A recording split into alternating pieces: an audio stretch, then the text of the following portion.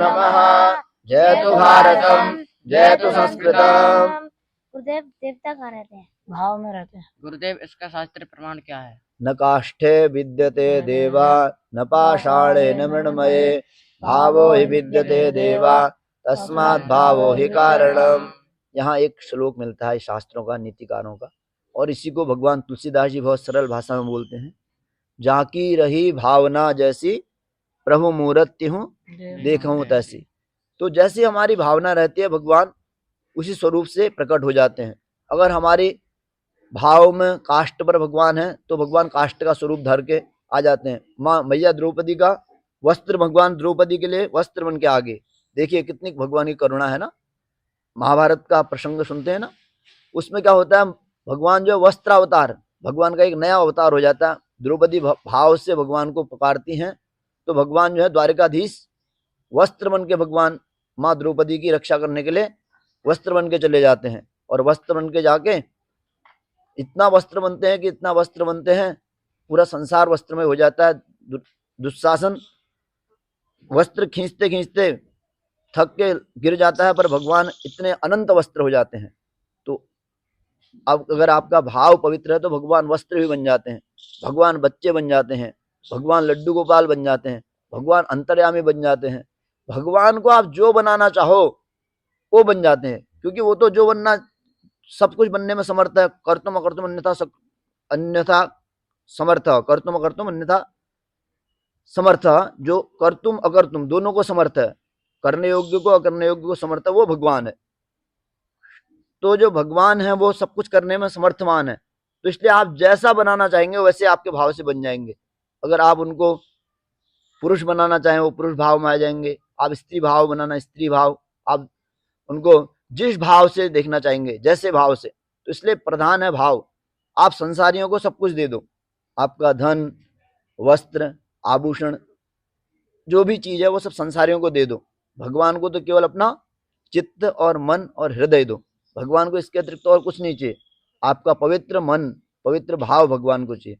इसलिए भगवान को जब भी पूजा करें, सामग्री का अभाव हो कोई बात नहीं, आपके भाव का अभाव नहीं होना चाहिए।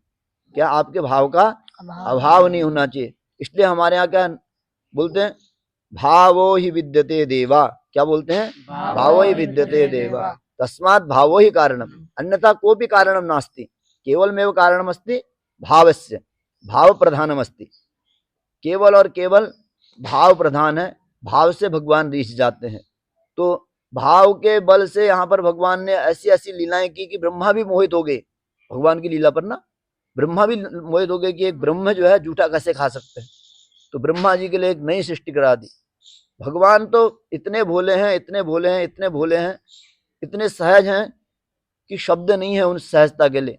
बस अपने को चाहिए भोलापन, सहजता, सरलता। हमारे अंदर सहजपन हो, सरलपन हो, भोला भाव हो, तो उससे भगवान रीझ जाते हैं।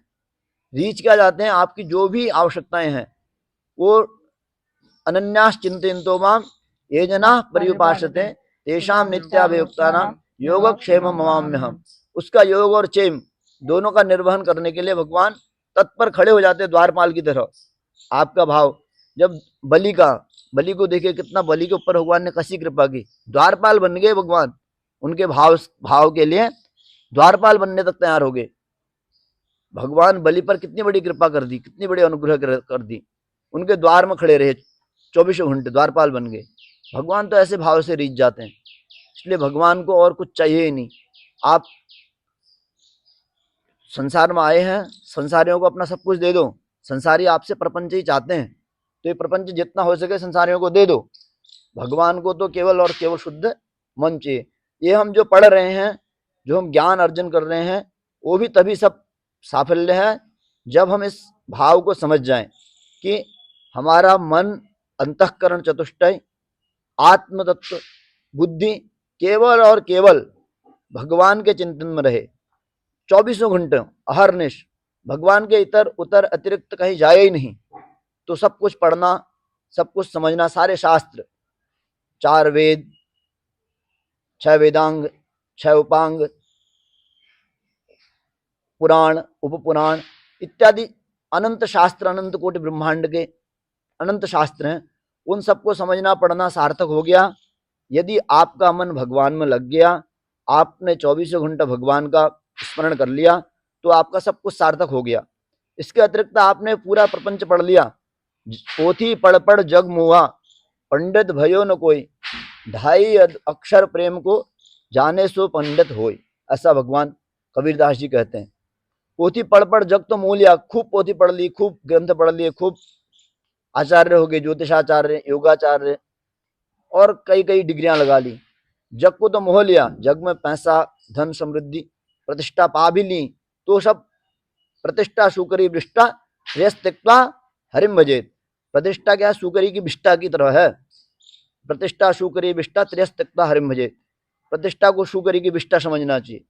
इस अगर संसार में रह के भी आप केवल प्रतिष्ठा के लिए जी रहे हैं, पैसे के लिए जी रहे हैं, इतना मनुष्य जीवन मिलके भी आप इसी में केवल पड़े हुए हैं, आप भगवान का स्मरण नहीं कर रहे हैं, भगवान के लिए आप जीवन नहीं जी रहे हैं, तो आप उसी प्रकार से जीवन व्यर्थ कर रहे हैं जैसे पशु पक्षी जीवन व्यर्थ कर रहे हैं। और आप संसार में रह के भगवान का ही नित्य भजन कर रहे हैं, सब कर्म भगवान को समर्पित कर रहे हैं। यत् करोसि तव प्रियार्थम प्रातः समुत्थाय शयन पर्यंतम। जो भी कार्य हो रहे हैं केवल और केवल भगवान की प्रसन्नता के लिए हो रहे हैं, इस भाव से आप कार्य कर रहे हैं, तो सारे कर्म आपके पूजा में आ जाएंगे। आपका उठना भी, क्योंकि हमारी वैदिक दिनचर्या में तो उठना भी पूजा है, सोना भी पूजा है, खाना भी पूजा है, और लघु संख्या इत्यादि जाने में भी नियम है, वो भी पूजा है, वहां भी अनुष्ठान है। तो सब कुछ कर्म क्या है? भगवान के लिए पूजा हो जाएगा। और इसके अतिरिक्त आप केवल प्रपंच करना चाहते हैं, संसार में प्रपंच की माया, प्रपंच में उलझना चाहते हैं, तो आप शास्त्रों का ज्ञान लेने के बाद भी अविद्या ही प्राप्त कर रहे हैं। हमारी विद्या क्या है? सा विद्या या विमुक्तेत। और हमारी जो शास्त्रों का ज्ञान है वो यहाँ से ही शुरू होता है। अमृतस्य पुत्राः सा विद्या मुक्ते, इतने महान वाक्यों से होता है। ये महान वाक्य केवल वाक्यों तक ही सीमित रहे और आपकी दिनचर्या पर ना आए तो आप आचार्य नहीं हैं। स्वयं आचरते यस्मात् तस्मात् आचार्य कथ्यते। जब आप स्वयं आचरण में ला रहे हैं उन शास्त्रों को, तो ही आप आचार्य हैं, अन्यथा तो आप आचार्य नहीं है। स्वयं आचरते यस्मात् तस्मात् आचार्य कथ्यते। यद्यदा श्रेष्ठ तत्तदेवो तरजनः सयत् प्रमाणम कुरुते लोकस्तदनुवर्तते। भगवद गीता में कहा कि यद्यदा, जहां जहां श्रेष्ठ जन जाते हैं उसी उसी पथ से जो है अन्यतर को भी जाना चाहिए। तो हमारे संत महाभाग हैं, देखिए निश्चलानंद सरस्वती जी का जीवन देखिए, अपने राजेंद्र दास जी महाराज जी का जीवन देखिए, प्रेमानंद जी महाराज जी का जीवन देख लीजिए, हमारे गुरुदेव का जीवन देख लीजिए। हमारे जो संत गुरु परंपरा है, श्री सीतानाथ समारंभाम रामानंदाय मध्यमाम अस्मदाचार्य पर्यंतम वंदे गुरु परंपरा नारायणम पद्मभूम वशिष्ठम इत्यादि, जो हमारी गुरु परंपरा है, उनके जीवनी को देखिए, उनने कैसे जीवन जिया, शास्त्रमय जीवन जिया।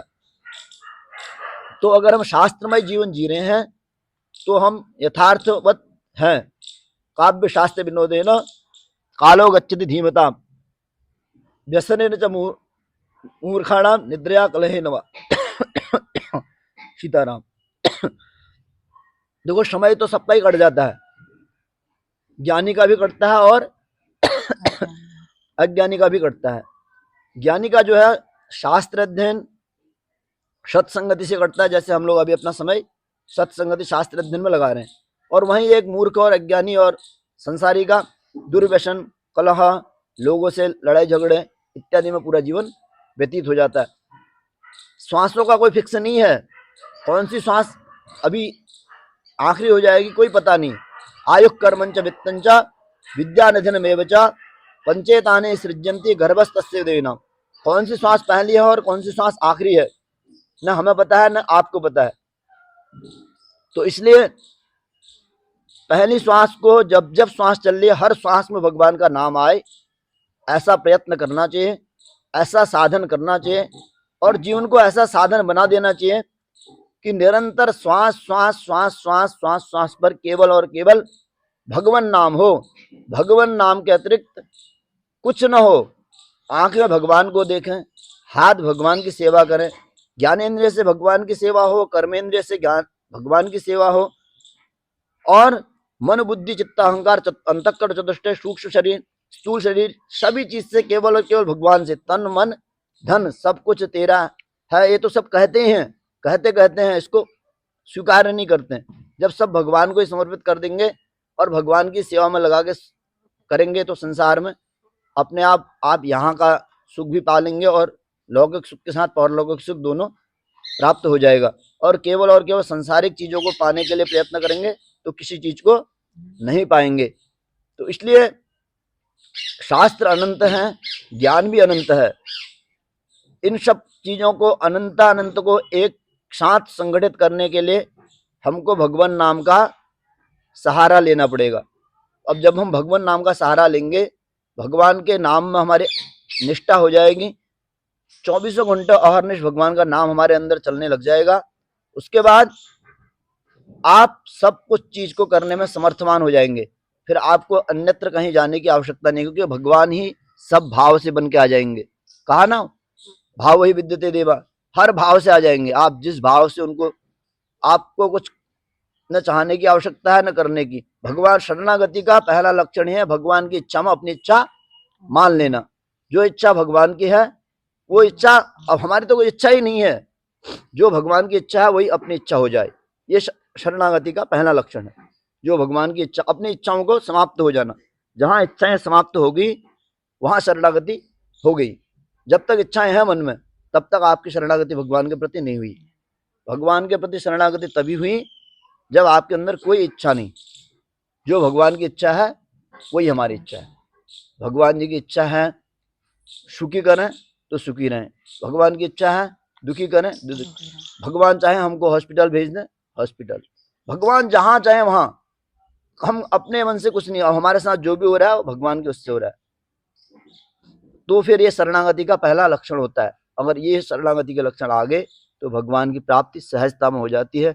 और भगवान की प्राप्ति जो होती है वो संतों के रूप से, सत्संग के रूप से, शास्त्रों के अध्ययन से, कहा ना धर्म के मार्ग से। और धर्म क्या है? वेद प्रणहितो धर्म अधर्मस्तद विपर्ययः। जो शास्त्र जिसको प्रतिपादन करते हैं वही धर्म है, और इसके अतिरिक्त तो सब अधर्म की संज्ञा में आएगा। तो धर्म अधर्म पर हम और वीडियो बनाए हैं, उसको आप हमारी साइट में जाके देख सकते हैं। आज केवल और केवल हमारा इतना ही बताने का प्रयत्न था कि शरणागति, भगवान की शरणागति भाव से होती है। आपके भाव जो हैं संपूर्णतया भगवान में मिल जाए तो सब कुछ बेड़ा पार हो जाएगा। और सब कुछ प्रपंच पाल लिया, अपना मन भगवान में न लगा तो सब बेकार हो जाएगा। तो इसलिए हम सबको अभी सीताराम बोलते हैं। पुनः नए वीडियो में मिलेंगे। किसी भी प्रकार से अपने मन को भगवान में लगाए। सर्वेभ्यो नमो नमः। जयतु भारतम, जयतु संस्कृतम।